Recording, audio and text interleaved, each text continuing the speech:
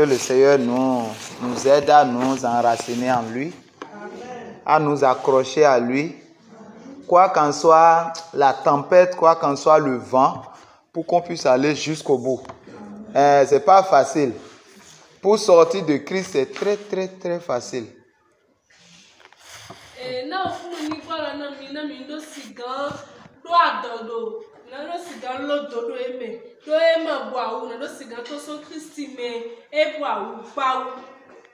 Depuis quelque temps, on est en train de voir comment s'enraciner en Christ. Et nous avons vu que Dieu nous a tellement aimés qu'il nous a appelés ses enfants. Et la Bible dit oui, nous sommes vraiment ses enfants. Parce que celui qui est né de la chair est chair. Ce qui est né de la chair est chair. Comme Jésus disait à Nicodème. Et ce qui est né de l'esprit est esprit.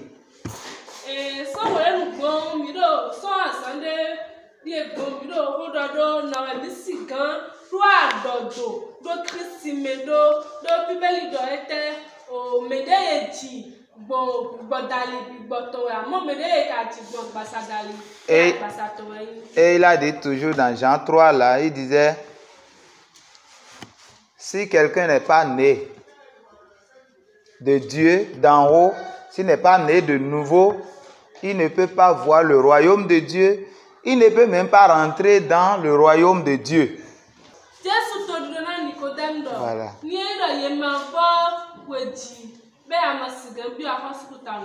Voilà. Donc, si nous ne sommes pas nés de nouveau, on ne peut pas rentrer dans le royaume de Dieu. Et si nous sommes rentrés dans le royaume de Dieu, c'est que nous sommes des enfants de Dieu. Et si nous sommes des enfants de Dieu, nous devons nous attacher à Christ. Et c'est dans ce sens que le monde verra qu'il y a une nouvelle création qui s'est encore répandue sur la surface de la terre.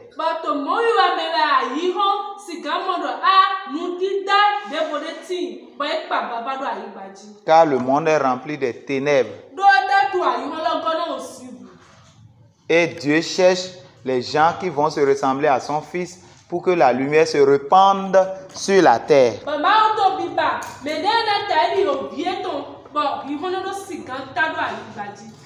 Comment vivre étant attaché à Christ pour être appelé enfant de Dieu? C'est ça le thème de ce jour. Voilà. Donc, comment vivre en Christ pour être appelé enfant de Dieu?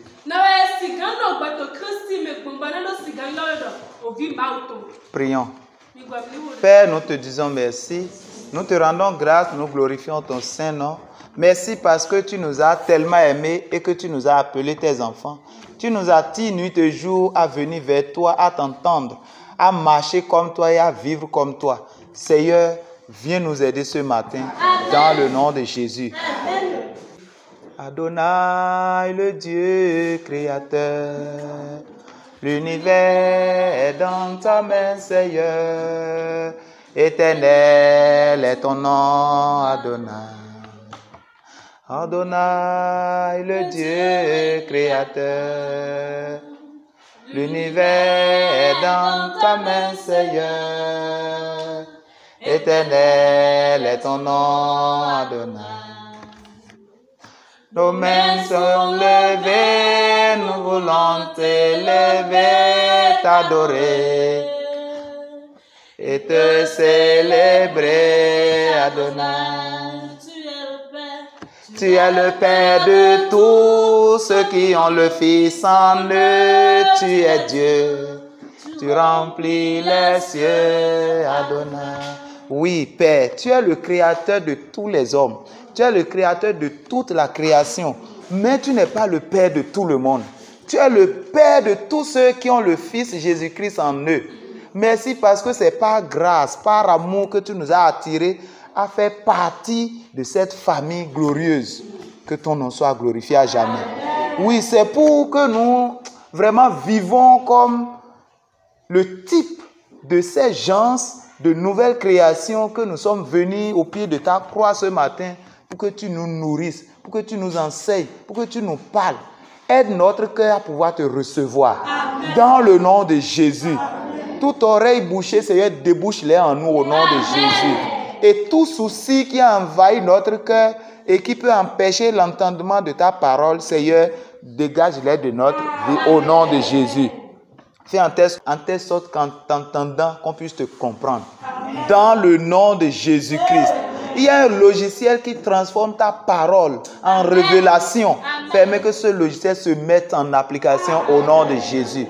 Afin que nous te ressemblions comme cela se doit au nom de Jésus. Merci parce que tu l'as fait. C'est au nom de Jésus nous avons prié. Amen. Nous allons rapidement prendre notre Bible. Nous allons lire Éphésiens chapitre 5.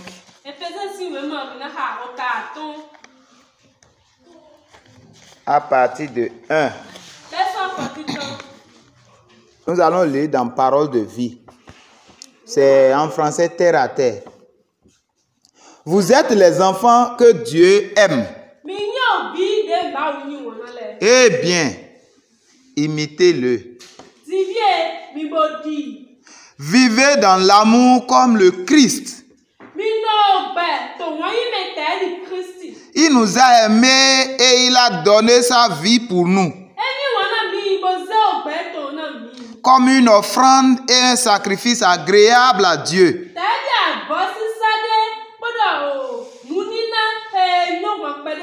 Vous appartenez à Dieu. Donc, chez vous, on ne doit même pas entendre parler de certaines choses. Par exemple, faire toutes sortes d'actions immorales et mauvaises. Chercher à avoir tout pour soi. Pas de paroles grossières ni stupides.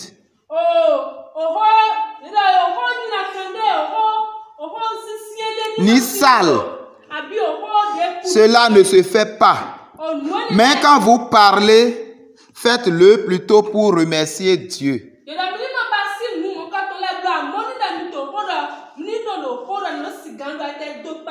Vous devez savoir ceci.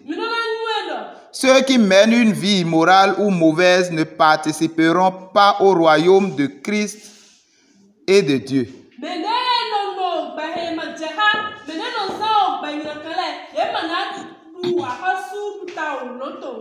Les gens qui veulent tout pour eux n'y participeront pas non plus.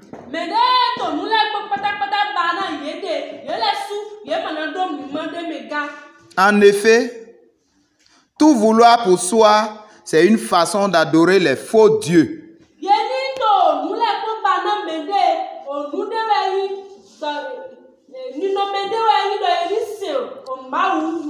Personne ne doit vous tromper avec des paroles creuses. À cause de tout cela, la colère de Dieu vient sur les gens qui refusent de lui obéir.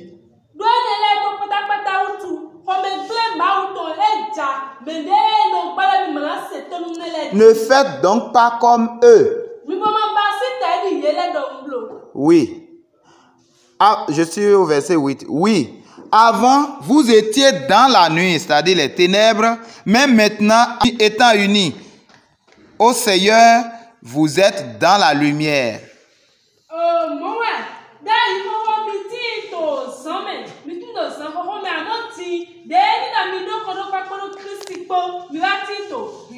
Vivez comme des gens qui appartiennent à la lumière.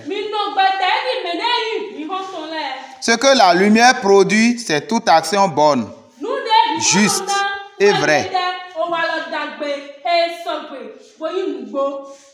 Cherchez ce qui plaît au Seigneur. Cherchez, verset 10, cherchez ce qui plaît au Seigneur. Les actions qui appartiennent à la lumière, c'est-à-dire des ténèbres, ne produisent rien de bon.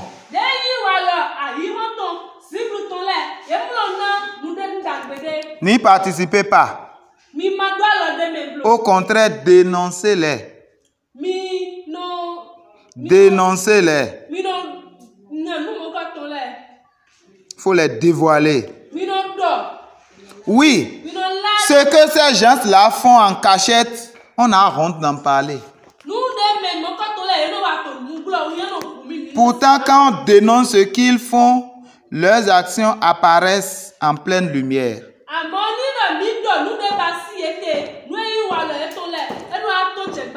En effet, ce qui apparaît clairement devient lumière. C'est pourquoi on dit, réveille-toi, toi qui dors. Lève-toi du milieu des morts, et le Christ t'éclairera de sa lumière. Faites bien attention à votre conduite. Ne vivez pas sans réfléchir. Vivez plutôt comme des sages qui savent profiter du temps que Dieu leur laisse. Les jours que nous vivons sont mauvais.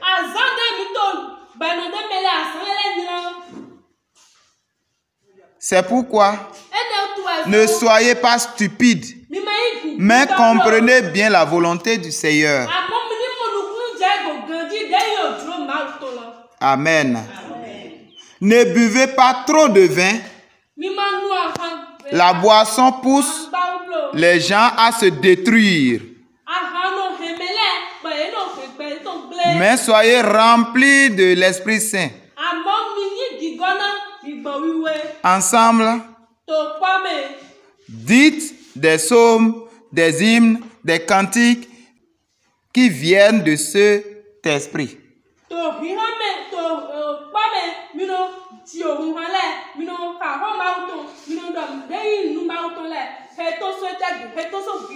Chantez la louange du Seigneur de tout votre cœur. Remerciez Dieu le Père toujours et pour tout. Au nom de notre Seigneur Jésus-Christ. Voilà le verset 20. Amen. Je crois que c'est limpide, ça n'a même pas besoin de commentaires. Ces versets s'expliquent d'eux-mêmes. Si nous sommes des enfants de Dieu, nous devons montrer à travers notre vie que nous sommes des enfants de Dieu.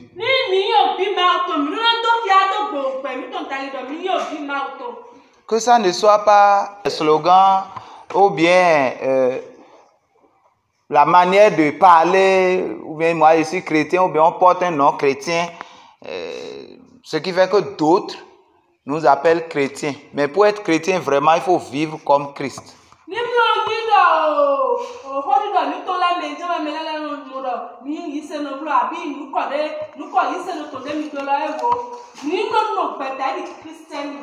Car chrétien veut dire petit Christ.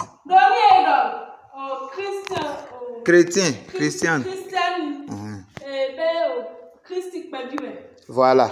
Donc, si nous sommes des enfants de Dieu, nous devons vivre comme Dieu. Il y a certaines choses qu'on ne doit plus revoir dans notre vie. On ne peut pas vivre comme les gens qui ne sont pas enfants de Dieu, même s'ils vont à l'église.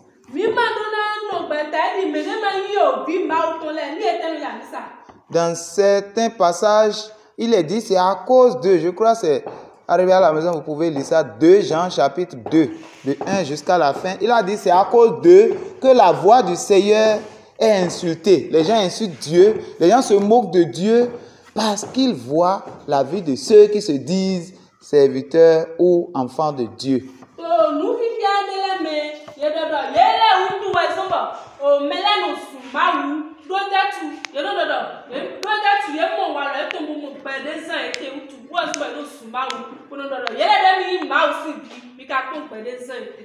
Amen. Donc, il y a certaines choses qu'on ne doit pas dire. Il y a certaines choses qu'on ne doit pas faire. Mais malheureusement, aujourd'hui, les gens ont fait ça en cachette jusqu'à...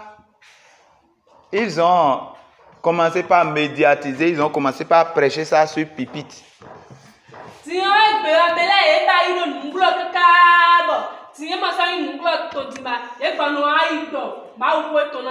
il y a des doctrines de ces, c'est-à-dire des gardiens de cette doctrine d'enfer.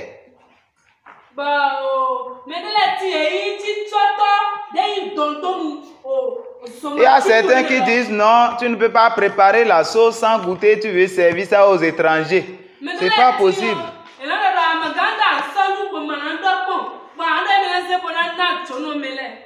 J'ai dit bon, on va se marier. Vous n'êtes pas marié d'abord. Et il y a une doctrine qui sort pour dire, même avant le mariage, vous devez vous connaître. Et vous connaître en profondeur.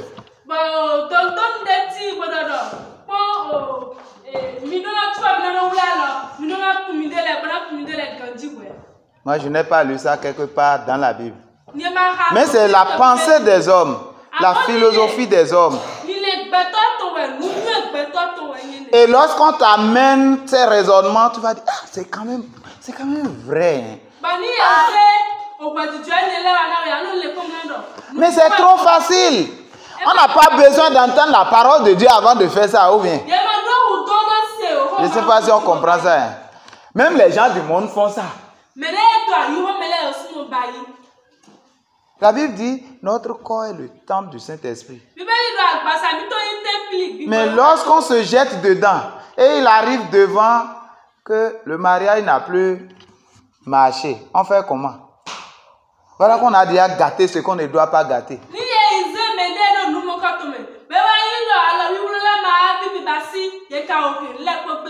C'est après le mariage qu'on ne peut plus se retourner en arrière. Mais avant le mariage, tout est possible. C'est pourquoi il ne faut jamais s'adonner à ces genres d'enseignements qui encouragent la débauche ou la fornication avant le mariage. Si c'est après le mariage, on parle de l'adultère. Mais avant le mariage, on parle de la fornication.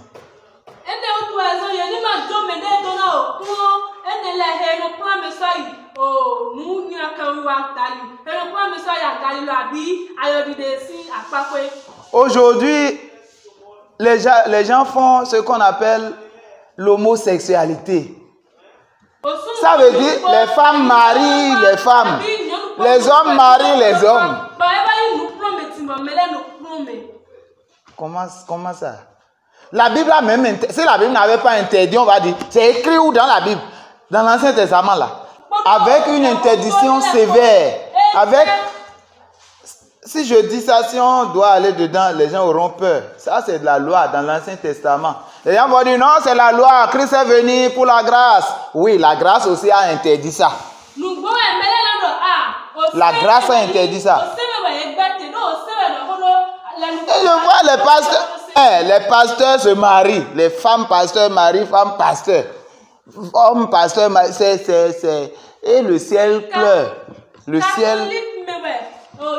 Ce que les gens du monde font, c'est rentrer dedans. C'est une abomination abominablement abominable. On ne doit pas voir ça dans la vie de ces gens-là qui sont une nouvelle génération.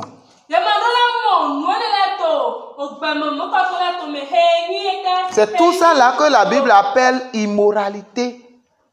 Oui, allez-y. D'accord.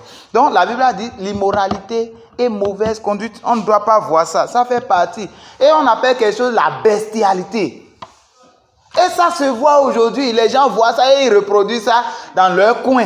C'est quoi la bestialité? Les gens se marient avec des gorilles, des singes.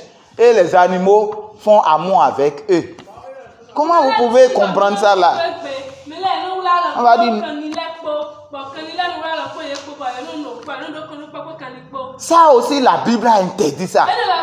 C'est comme si ces gens-là prennent la Bible et ils lisent. Ce que Dieu a dit, je ne veux pas là. C'est le monde qui commence ça. Hein, et il reproduit ça. Et comme les gens se disent chrétiens, ils ne sont pas en Christ, ils copient et ils commencent pas à faire ça en cachette. C'est pourquoi il a dit, il y a certaines choses qu'ils font en cachette. Lorsqu'on va, vous avez entendu ça maintenant, lorsqu'on va dévoiler ça, ça fait honte. Ou bien, on a entendu ça tout à l'heure. Ils font ça petitement en cachette et comme ils voient que bon, et ces gens du monde là aussi les appuient et ils font ça publiquement maintenant. Et on va dire c'est les chrétiens. Ah, oui.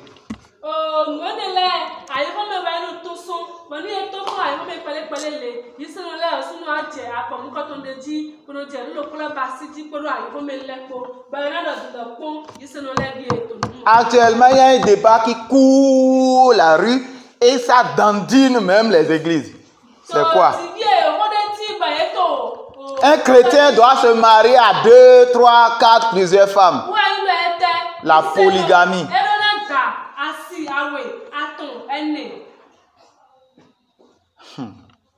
Est-ce que c'est celui qui fait ce genre de débat, est-ce qu'il est chrétien?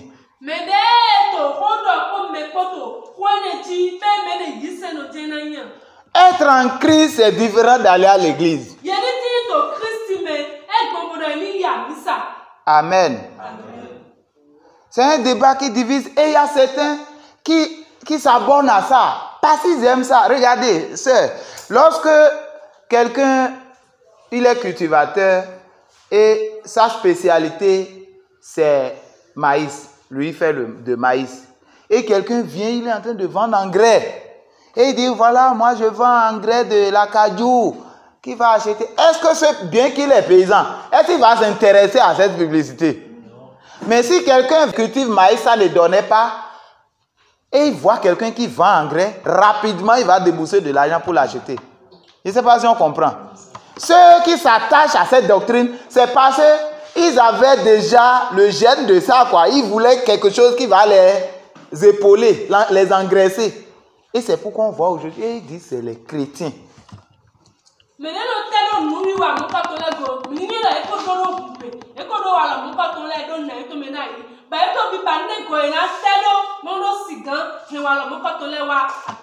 Et ils font des débats, hein. Pour ça, on peut se marier, un chrétien peut se marier à plusieurs femmes, il n'y a pas de souci. La Bible dit simplement quelque chose. Ici, dans Hébreu chapitre 13, je crois bien. Hébreu chapitre 13, le verset 4. Tous doivent respecter le mariage. Mari et femme doivent rester fidèles l'un à l'autre. Dieu jugera ceux qui ont une vie immorale et ceux qui sont adultères. Il n'a pas dit les femmes doivent rester fidèles à leur mari, mais pour le mari, il n'y a pas de souci.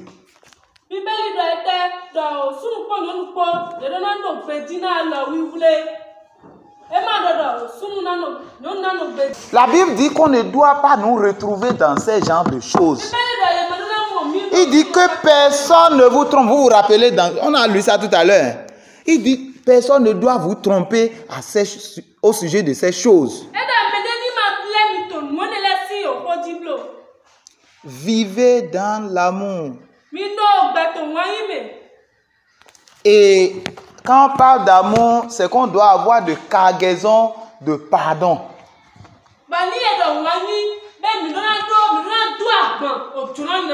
Voilà. Parce qu'il est impossible à grand jamais que les dents et la langue un jour ne fassent pas accrochage.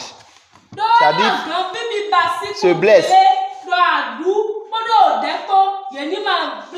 Lorsque tu as confiance en quelqu'un, tu l'aimes, il n'est pas un ange, non. Il n'est pas Dieu. Même s'il est enfant de Dieu, s'il est homme de Dieu.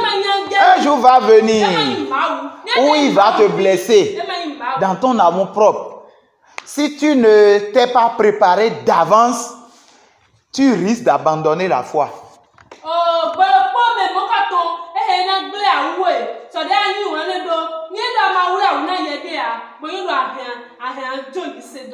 On doit vivre dans l'amour. Ce n'est pas facile de pardonner les blessures. Et surtout si les blessures sont encore profondes. C'est difficile.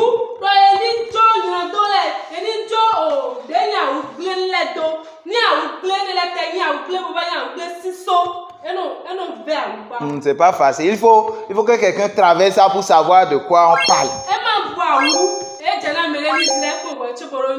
On va dire, mais tu peux même enseigner ça et être éloquent dedans. Waouh, il faut pardonner. Non, Dieu a pardonné. Christ à la croix, il a dit, pardonne-leur car ils ne savent pas ce qu'ils font. Mais il faut que toi-même tu entres dedans pour savoir comment ça fait. C'est pourquoi Jésus a dit, celui qui est en Christ, c'est comme quelqu'un qui a bâti sa maison dans le rocher. Quand le vent va venir, ça va souffler contre la maison, mais ça ne va pas tomber.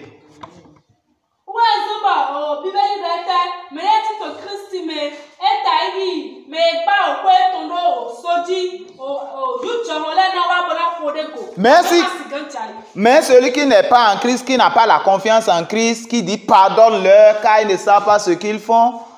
Regardez, c'est comme si la personne a bâti sa maison sur le sable rigole là, quoi, sans faire fondation.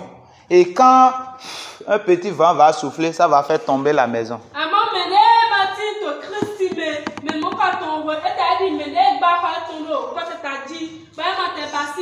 Si on ne s'accroche pas fortement en Christ, lorsque ces genres de choses vont arriver, on va dire, bon, moi je ne peux plus supporter. Bon, je ramasse mes bagages, je m'en vais.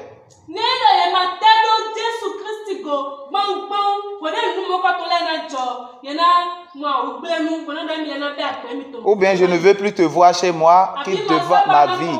Et tu vas prendre la décision de faire quoi? D'aller te remarier ou aller prendre autre femme? Ce n'est pas la solution. La solution, c'est en Christ. Amen. Hein? La Bible dit, si nous sommes des enfants de Dieu, on doit s'apprêter à tout. Et regardez, lorsque vous êtes enfant de Dieu, c'est nous là que Satan vise correctement.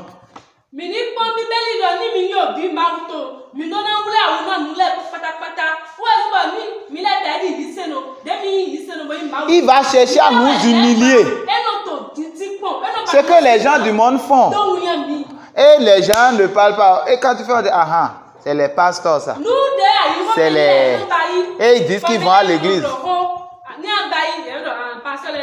C'est les mamans de Jésus ça. C'est comme ça on vit. Et ils disent qu'ils sont morts. C'est parce qu'ils savent que Jésus n'a pas cette qualité de vie. Mais toi qui dis que tu le ressembles, tu ne dois pas vivre comme ça.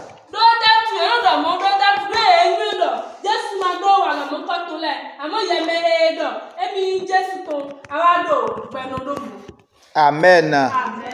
Donc, pour vivre en Christ, on doit s'armer et avoir beaucoup de réserve, de pardon et de la maîtrise de soi.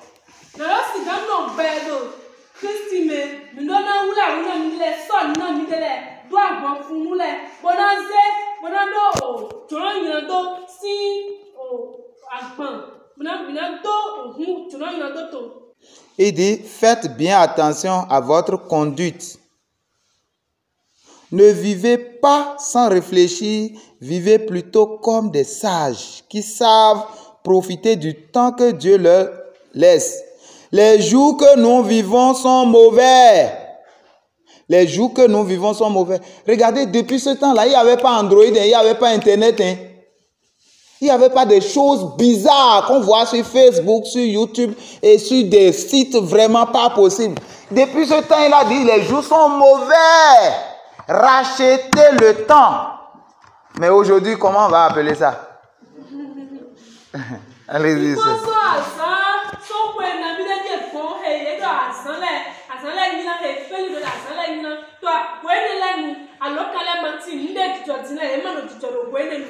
Ou bien, lui second là, lis-moi le verset 16 de Hébreux et Éphésiens là, 5 là. 15 et 16.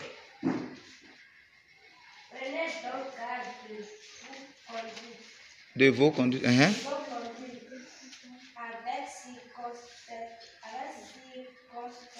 Oui. Oui. Rachetez le temps, car les jours sont mauvais. Amen.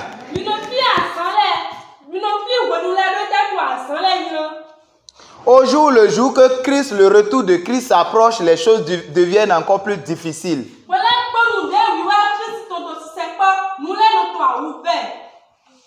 Les attaques contre la parole de Dieu sont énormes.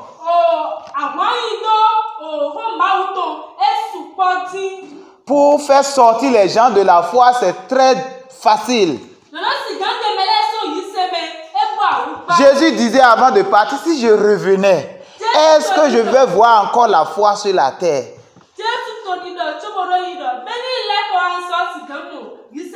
C'est parce qu'il sait qu'au jour le jour, les choses vont encore devenir plus difficiles.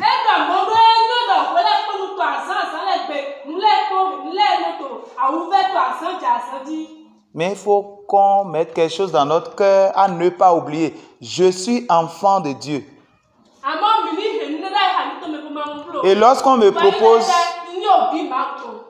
propose un sujet, un projet, un marché qui ne m'arrange pas, qui peut détruire ma foi, qui peut détruire mon foyer, qui peut détruire ma vie, je dois demander au Seigneur de me donner la force pour pouvoir dire, je suis enfant de Dieu, moi je suis mort dans ces choses.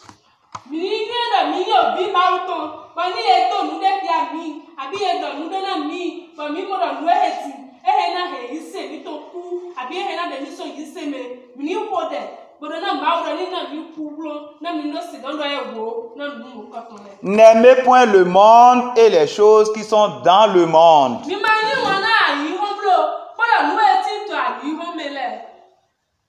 Car ces choses-là passent. La convoitise des yeux, la convoitise de la chair et l'orgueil de la vie. Toutes ces choses, ce n'est pas Dieu qui inspire ça. Mais, oui, allez-y.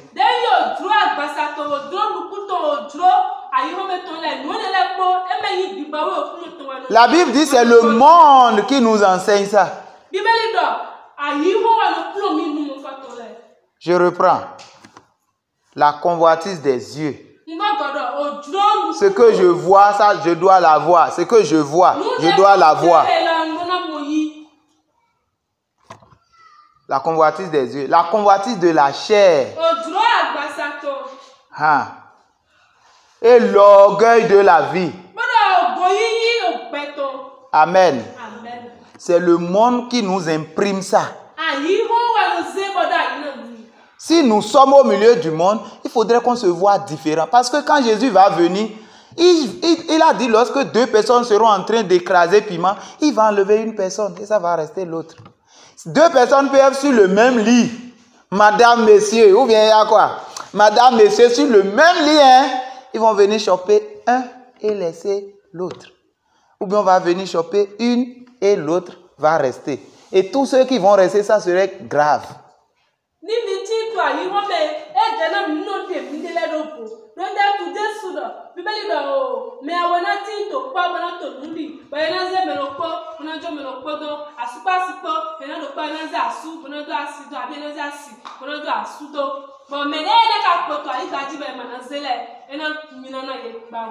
C'est pourquoi si nous sommes dans le même foyer, n'ayons pas honte. Ne disons pas non, il me voit comme bête, comme niais. À tout moment, c'est moi qui fais. C'est pas comme je suis bête. Hein. Non, c'est toi qui sais ce que tu es en train de chercher. Fais ce que tu fais tant que l'Esprit de Dieu ne te condamne pas. Toi-même, tu sais que ce que tu fais là, c'est pour l'amour du Christ. Continue.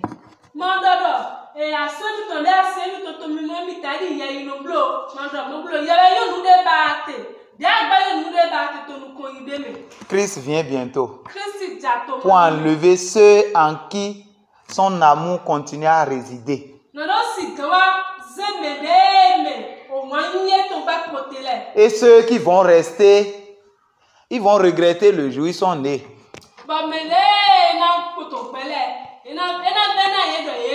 Moi, je veux partir.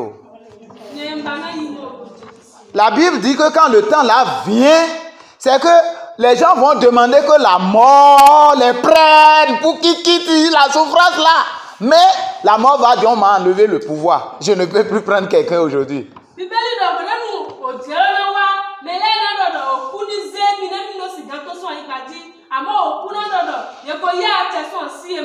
Ceux qui ont traversé des douleurs atroces. En dormant là, tu vas voir que la nuit là, ça fait 5 jours quoi. Celui qui a traversé la douleur, peut-être c'est abcès, ou bien scorpion t'a piqué, ou bien quelque chose, ou bien une maladie. Je ne sais pas si quelqu'un a traversé ça une fois. Surtout la nuit là, c'est comme si, hey, et tu vas, depuis là, le jour n'est même pas venu.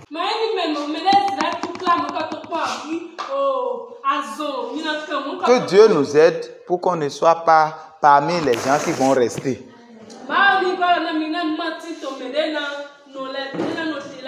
Vivons en Christ, vivons comme les enfants de Dieu et Christ nous aidera.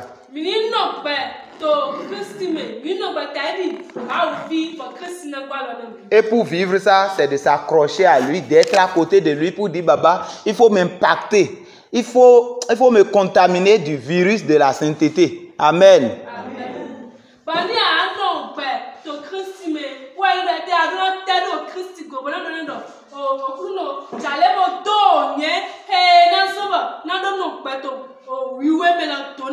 Il a dit, car sans moi, vous ne pouvez rien faire. Prions.